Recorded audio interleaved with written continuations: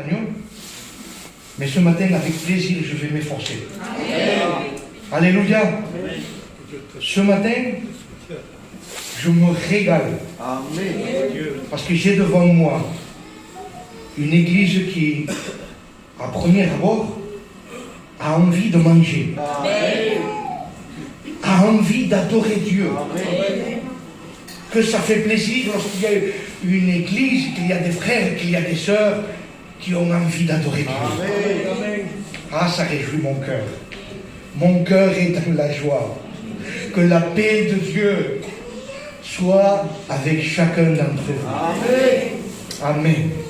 Je remercie mon frère Antonio qui me permet ce matin d'être avec vous et de pouvoir annoncer un conseil de la part de Dieu. Alléluia. Vous savez, j'ai plusieurs messages dans ce petit cahier. Et ce matin, c'est certainement pas un des plus beaux des messages que j'ai. Mais c'est ce que Dieu a mis sur mon cœur. J'ai demandé à Dieu, comme tout serviteur, de quoi ton peuple a-t-il besoin, Seigneur? Qu'est-ce que j'apporte? Et le Seigneur a parlé dans mon cœur, il m'a dit, toi, rien. Laisse-moi la place. Amen. Et de tout mon cœur ce matin, je veux m'effacer. À ce fin que lui prenne toute la place. Parce que si quelqu'un bénit, c'est pas moi. C'est Dieu. Amen. Si quelqu'un relève ce matin, c'est pas moi. C'est Dieu qui va relever. C'est Dieu qui encourage. C'est Dieu qui édifie. Alléluia. Amen. Alors à Dieu soit toute la gloire, comme disait ce cantique. Personne ne va dérober sa gloire. Qui oserait essayer de dérober la gloire de Dieu? Nous avons un Dieu jaloux. Alléluia. À Dieu soit toute la gloire ce matin. Ce matin, vous savez, il y avait notre frère Adam qui voulait être avec nous. Et il passe par des difficultés. Il passe par des petits problèmes avec sa compagne Stéphanie. Et tout à l'heure, je le dis maintenant, Antonio, parce que tout à l'heure, peut-être moi j'oublie. Et je ne veux pas oublier. Donc je voudrais qu'on puisse prier pour ce couple. Il passe par des grosses difficultés. D'accord? Donc je ne rentrerai pas dans des détails. Simplement, on les présente devant la grâce de Dieu. Est-ce que vous voulez comprendre? Vous savez, la Bible nous enseigne que quand un membre souffre, c'est tout le corps qui souffre. Et croyez-moi, ce couple est en train de passer par des travers. Que Dieu leur vienne en aide. Alléluia. Donc, j'ai demandé à mon frère Vasco s'il veut bien prier pour ce couple, et aussi tu me présentes, s'il te plaît. Pour le couple, pour Adam. Et non seulement il rentrait la personne qui s'était endettée, le père de famille, mais il enrôlait toute sa maison.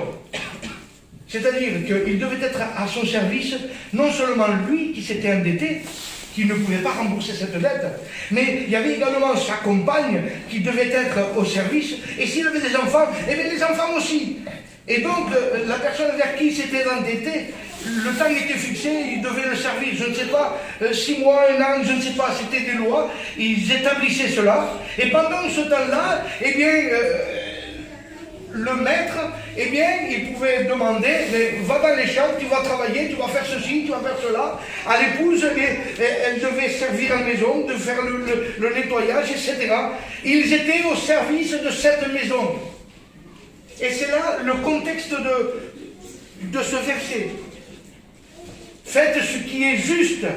Parce que même ces maîtres-là, ces personnes-là, ils avaient reçu aussi la grâce de Dieu.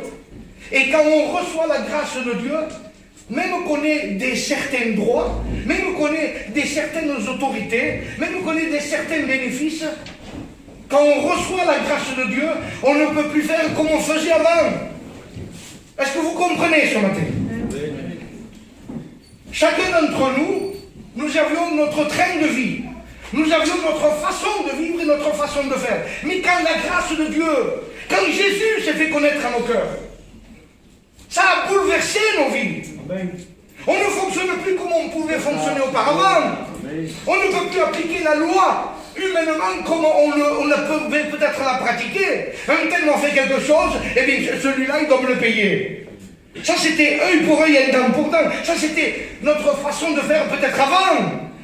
Mais aujourd'hui, on a reçu, on a la grâce de Dieu s'est fait connaître dans nos vies. Aujourd'hui, on ne peut pas fonctionner de la même façon. Et c'est là la réflexion de la parole de Dieu. Maître, faites ce qui est juste envers vos serviteurs. Alléluia. En sachant que vous aussi, bien sûr, on a changé de maître, on a changé de propriétaire. Autrefois, avec tout le respect que je vous dois, eh bien, nous étions des enfants de ténèbres. Nous n'avions pas Dieu comme Père. Même si on croyait, mais on ne l'avait pas. Jusqu'au jour où réellement on l'a rencontré. Ou plutôt, jusqu'au jour où lui il s'est fait connaître dans nos vies. Alors nos vies ont été bouleversées, changées. Alors aujourd'hui, oui. C'est mon téléphone qui fait ça. D'accord. Tenez.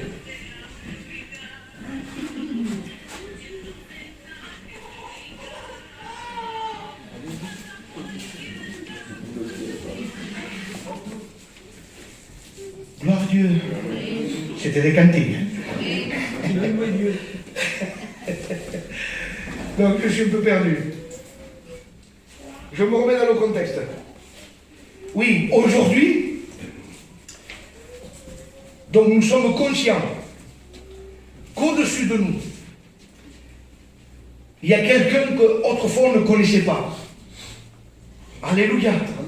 C'est notre Dieu, notre Sauveur. Dieu s'est fait connaître dans nos cœurs. Et aujourd'hui, nous venons dans la maison de Dieu pour apprendre, pour se former. Vous savez que l'Église, c'est une école. Vous le saviez? Si vous ne le savez pas, il faut le découvrir. L'Église, c'est une école. On vient ici pour écouter les conseils de la parole de Dieu. Ceci, il faut faire comme ça. Ceci, il faut faire comme ça. Il faut agir comme ceci. Il ne faut pas faire ceci. Amen. Et c'est là l'éducation spirituelle. On est ici pour apprendre comment marcher, comment fonctionner dans les empreintes de notre Sauveur. Alléluia. Donc sachant que nous aussi, nous avons un patron, un maître, qui est dans le ciel, dans les cieux. Autrefois, et encore aujourd'hui, on a la possibilité, c'est ce qui se passait avant, c'est ce que relate un peu cette histoire. Il y avait des personnes qui étaient exposées par d'autres personnes, qui étaient dans le viseur, dans le pointeur, et à un tel point que ces personnes passaient même devant des tribunaux. Est-ce que vous comprenez? C'est dans notre capacité, mes frères et sœurs, de prendre des personnes qui peut-être ont eu un moment de faiblesse ou ont eu un manquement, et nous pouvons les exposer. Mais on n'est pas obligé d'agir comme cela. On peut aussi faire grâce. On peut aussi ne pas les exposer. Et la parole de Dieu nous enseigne que de la même façon que nous on voudrait que notre prochain agisse envers nous. La parole de Dieu nous enseigne que nous aussi, on doit agir ainsi. Est-ce que je me fais comprendre? On n'est pas obligé quand quelqu'un a un manquement, ou quand quelqu'un me fait quelque chose à tort, et que moi j'ai raison, que je reste avec ce point, j'ai raison. Il faut qu'on sache perdre des fois cette raison, même si on l'a réellement. Il faut qu'on sache perdre cette raison pour gagner celui qui est en face de nous. Parce que notre but, ce n'est pas de rester avec la raison. Notre but sur cette terre, c'est de rentrer dans le royaume des cieux. Notre but, ce n'est pas de gagner une bataille. Notre but, c'est de gagner la guerre. Qui veut rentrer dans le royaume des cieux? On veut tous rentrer. Le chemin est étroit. Le chemin est difficile. Mais si nous, on ne cède pas, si nous, on se pointe du doigt, si nous, on s'accuse, comment est-ce qu'on va y arriver? La Bible appelle l'accusateur, c'est l'ennemi de notre âme. Nous ne sommes pas des accusateurs. Nous sommes des frères. Amen. Nous nous aimons dans le Seigneur. Amen. La Bible nous appelle à se supporter les uns les autres. Amen. La Bible nous appelle à nous conseiller les uns les autres, à nous aimer les uns les autres. En ceci, vous connaîtrez que ce sont mes disciples, dans l'amour qu'ils ont les uns envers les autres. Que Dieu nous aide ce matin. Amen. Alléluia. On continue un petit peu. Je ne serai pas très long ce matin.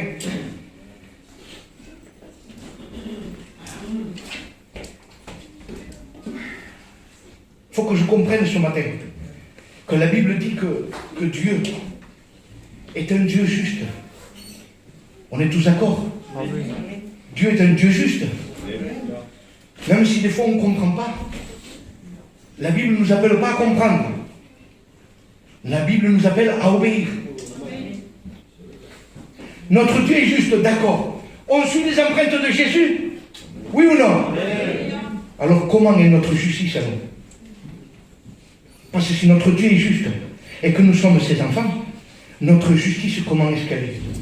Moi, je ne sais pas vous, mais des fois je ne suis pas terrible. Je ne peux pas dire que je suis au top. Je vous mentirai. Mais que ce matin, chacun rentre en soi-même. Je ne suis pas venu accuser qui que ce soit. Je suis venu édifier mes frères et mes sœurs. Je suis venu partager un message, peut-être mal exprimé, mais que je le crois de mon cœur qui vient de Dieu. Amen. Comment elle est notre justice? Elle est seulement quand ça m'intéresse, quand ça me convient? Ou quand c'est mon cousin, quand c'est ma cousine? Quand c'est un tel, j'agis de cette façon, et quand c'est un autre, j'agis différemment. Comment est-ce qu'elle est notre justice à nous? Sachez que Dieu, il est immuable, il ne change pas. Et il ne fait exception de personne, qu'ils soient grands, petits, noirs ou blancs. Il nous traite tous de la même manière, il nous aime. Et ce que Dieu veut, c'est que nous arrivions tous à nous repentir de notre mauvaises actions, à ce fait que nous puissions rentrer dans ce royaume de Dieu. C'est le but de Dieu, que nous puissions rentrer dans ce royaume de Dieu. Mais nous, malheureusement, on ne fonctionne pas comme cela. Pas encore, peut-être. Certains, peut-être, oui, je ne sais pas. Je ne juge personne ce matin. Que chacun s'examine à l'intérieur. Nous avons un Dieu juste, et pas que ça. Nous avons un Dieu miséricordieux. Vous saviez que nous avions un Dieu miséricordieux. Un Dieu qui est lent à la colère, merci. Qui est lent à la colère, mais qui pardonne promptement. Est-ce que nous, on est miséricordieux? Est-ce que nous, on est là dans la colère? Ou on s'élance de suite? Nous devons suivre les empreintes de Jésus. Vous savez, à la fin du message, je vais parler de Jésus. Parce qu'on ne peut pas annoncer un message sans parler de Jésus, c'est pas possible. Ça n'existerait pas. Et vous allez comprendre, parce qu'à la fin, il dit qu'il y a un mystère sur Jésus. Et je veux partager ce point que le Seigneur a mis sur mon cœur. Nous avons un Dieu qui est bon. Sa bonté est légendaire. Et la nôtre, comment est-ce qu'elle est de bonté? Est-ce que les gens nous connaissent comme des gens de bien?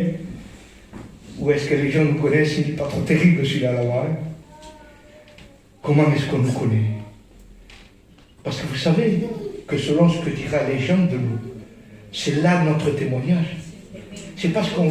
Moi je veux dire, je suis le plus grand, je suis blond aux yeux bleus. Comprenez? Comment est-ce qu'elle est notre bonté? Comment est-ce qu'elle est notre patience? Est-ce que vous êtes patient, mes frères? Ou est-ce que vous êtes impatient? Mes sœurs, est-ce que vous êtes patientes avec vos belles-mères? Belle-mère, est-ce que vous êtes patiente avec vos belles-filles? Comment est notre niveau de patience? Savez-vous que Dieu use de patience? Bien, j'étais en train de parler, je crois que c'était avec mon frère quand je suis arrivé. Des fois, on veut être, nous, plus bons que Dieu.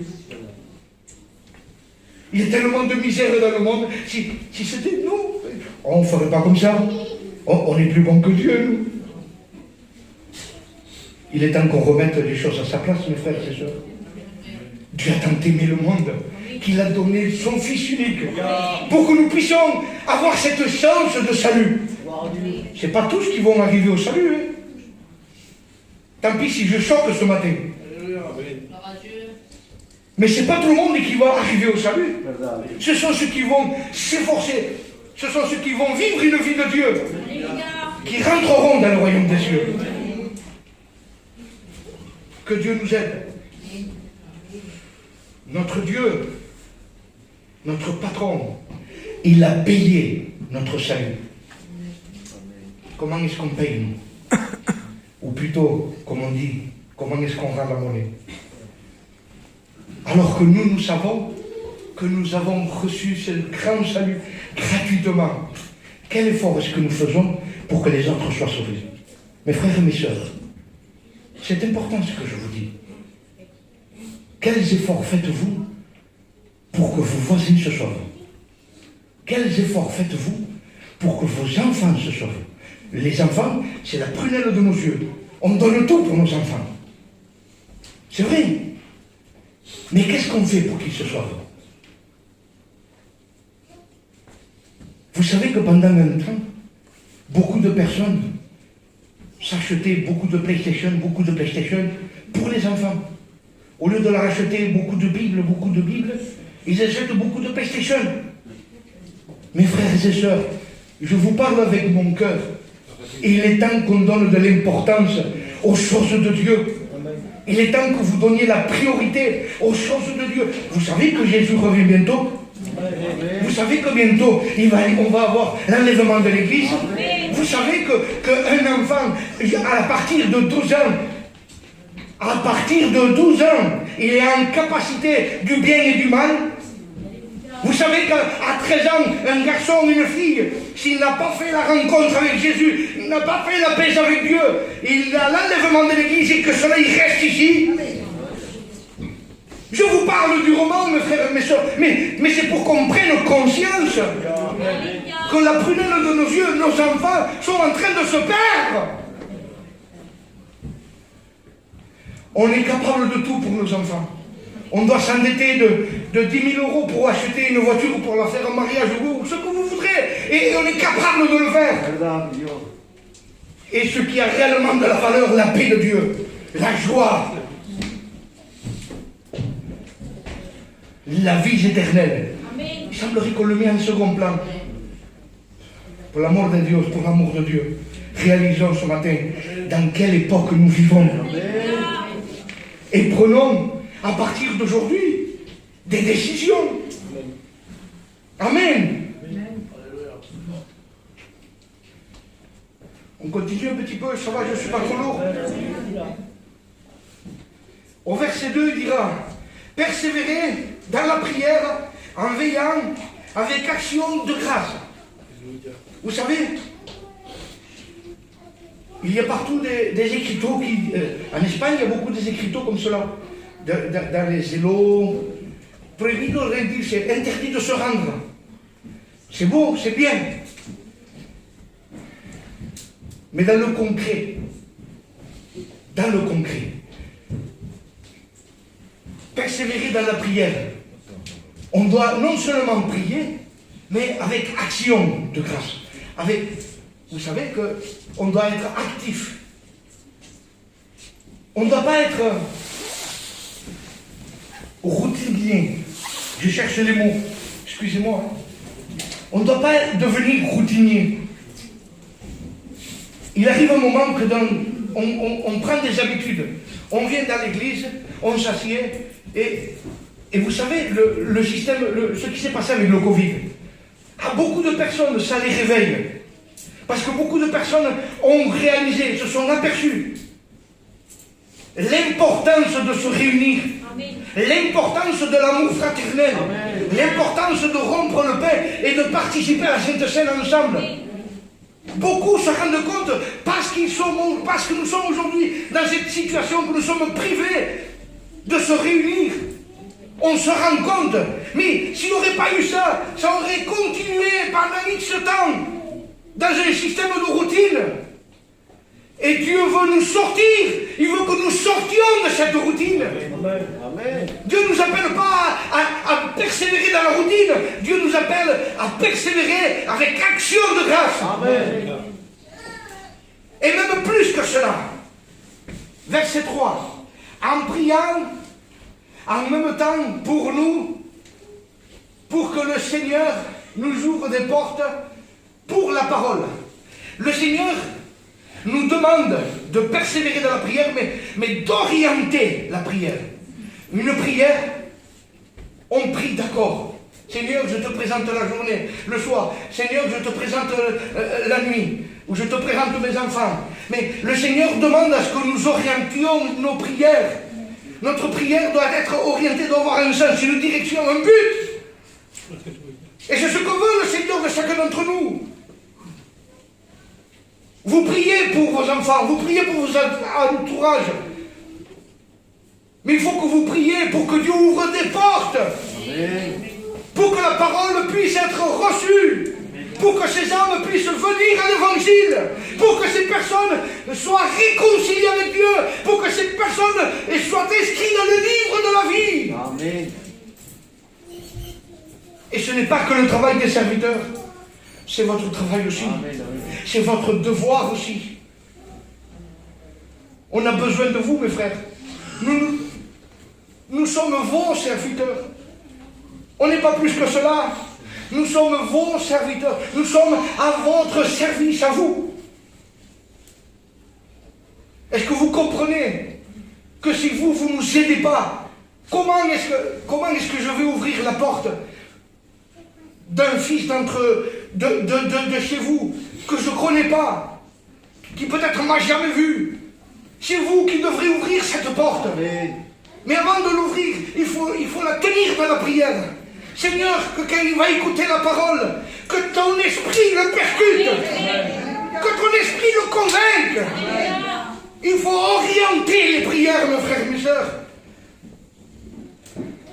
Une terre qui est sèche, un cœur qui n'a pas Dieu, il est sec, a besoin d'être labouré pour que la semence, elle puisse être plantée. Ensuite, le Saint-Esprit va arroser.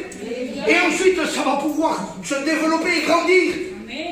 Votre prière, c'est cette machine qui va labourer, qui va défoncer ces pierres qui sont sèches, qui n'ont pas eu cette vie, cette eau de Dieu, de la parole de Dieu.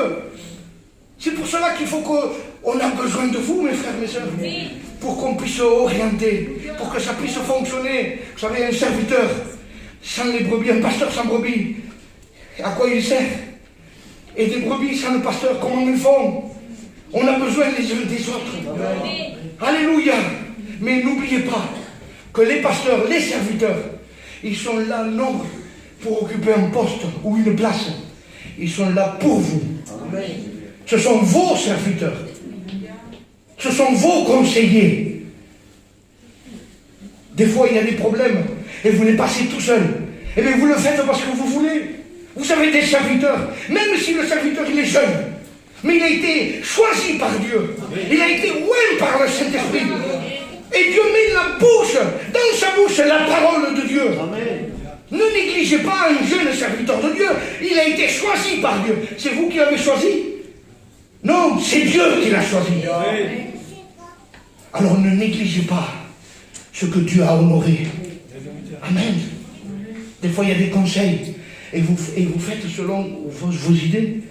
Alors que peut-être que Dieu a mis une pensée dans le cœur de son serviteur. Et il attend. C'est pour qui? Quelqu'un a besoin de cette pensée. Mais qui? À qui je vais le dire? Et vous allez, pasteur, j'ai un problème, ceci et cela. Alors c'était pour toi. Et bien voilà ce que Dieu a mis dans mon cœur. Bam! tout dirigé, conduit par l'Esprit de Dieu. Amen. On continue un petit peu? 5 minutes, vous me supportez 5 minutes?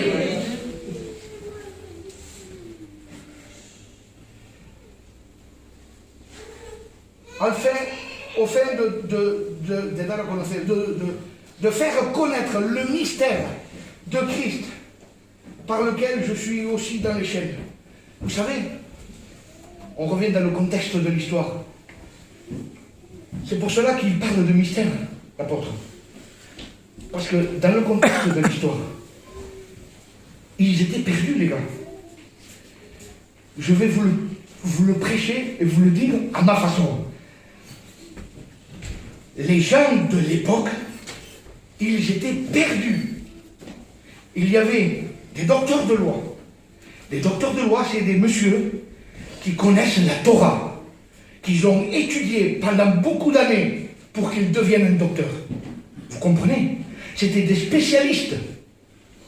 Et ils avaient étudié tout. Et il était annoncé qu'un libérateur devait venir. Mais le libérateur, il n'était pas monté sur un âne, je m'excuse. Le libérateur, il était monté sur un cheval. Le libérateur, il avait une épée à main. Le libérateur, il était là pour expulser les ennemis, pour faire du balayage, pour les libérer. Et voici qu'il y a Jésus qui apparaît, et au lieu de jeter, eh bien, tout ce qui les... Comment c'est, Ama? Comment? Tout ce qui les oppressait, Dieu te bénisse. Au lieu d'expulser tout ce qui les oppressait, voici qui dira: je suis humble et doux de cœur. Apprenez de moi. Ils ne comprennent plus. Ils étaient perdus. C'est pour cela que l'homme de Dieu dira: je vous révèle le mystère. C'est-à-dire, c'est pas comme vous croyez, vous. C'est pas ce qu'on vous a annoncé. C'est pas ce qu'on vous avait prêché. C'est pas ça. Le libérateur qui est venu, c'est Jésus, oui. C'est Jésus-Christ. Il est venu dans le but de détruire les œuvres du diable, oui.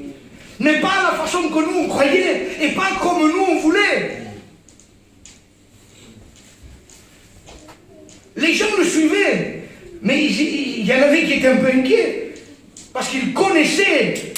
Vous savez que les Juifs, dès qu'ils sont enfants, ils sont éduqués dans les choses de Dieu. Donc ils connaissent, ils savent. Et donc ils constatent que ça ne correspond pas trop, il y a un problème. Mais pourtant, ils constatent aussi qu'il fait des miracles et que des morts sont ressuscités. Et ça, aucun homme, si Dieu n'est pas avec lui, ne peut pas le faire. Alors, dans leur cœur, c'était un peu chamboulé.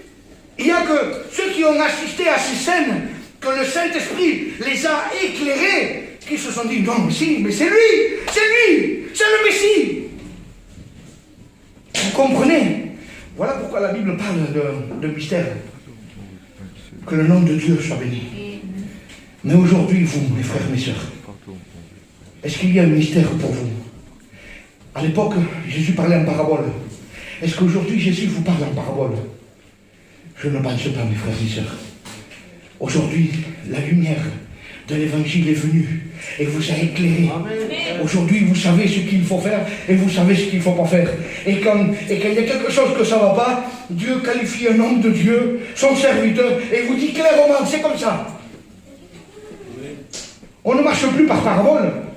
Des fois, nous, on utilise les paroles pour vous faire comprendre, parce qu'on veut essayer avec douceur, parce qu'il y a des personnes qui sont un peu pointilleuses, et donc il faut leur faire comprendre, comme les Indiens avec de la fumée, pour qu'ils comprennent que... Vous comprenez? On n'en est plus là. Jésus revient. Nos enfants se perdent. On les laisse se perdre ou on intervient? Je crois qu'il est temps d'intervenir. Voilà le petit conseil que le Seigneur avait mis sur mon cœur. Et de tout mon cœur, je souhaite et j'espère que ça vous a été favorable, que Dieu vous a parlé ce matin. Mon but ce matin, c'était de vous édifier. C'est de vous édifier. Il faut qu'on comprenne que nous vivons des derniers temps. Et qu'il faut qu'on fasse attention. Amen. Si on veut rentrer dans le royaume des cieux, si on veut que nos familles se sauvent, on ne peut pas se croiser les mains ou attendre que Pierre, Paul ou Jacques aillent évangéliser nos enfants. Il faut que nous, on soit la porte. Il faut que nous, on soit le témoignage pour eux. Alléluia. Amen. Si nous, on ne témoigne pas, si nous, on n'est pas un modèle pour eux, mais ils vont prendre copie sur nous. Vas-y, toi. Et moi, je fais ce que je veux. Mon garçon va dire, mais convertis-toi d'abord toi, et après on verra. Après tu m'évangéliseras. Est-ce que vous comprenez? Amen. Nous sommes des modèles. Alléluia. Que Dieu nous aide ce matin. Amen. Je veux te louer, Seigneur. Je veux te glorifier, Maître. Pour ces paroles que tu as permis que je puisse exprimer. Peut-être mal exprimé, Seigneur, mais mon but ce matin, c'était de bénir mes frères et mes soeurs. Fais comprendre, Esprit de Dieu, ce que j'ai été incapable de faire comprendre, s'il te plaît. Agis dans les cœurs. Bénis tous mes frères, bénis toutes mes soeurs. Au nom de Jésus. Je te remercie. Que Dieu vous bénisse. Amen.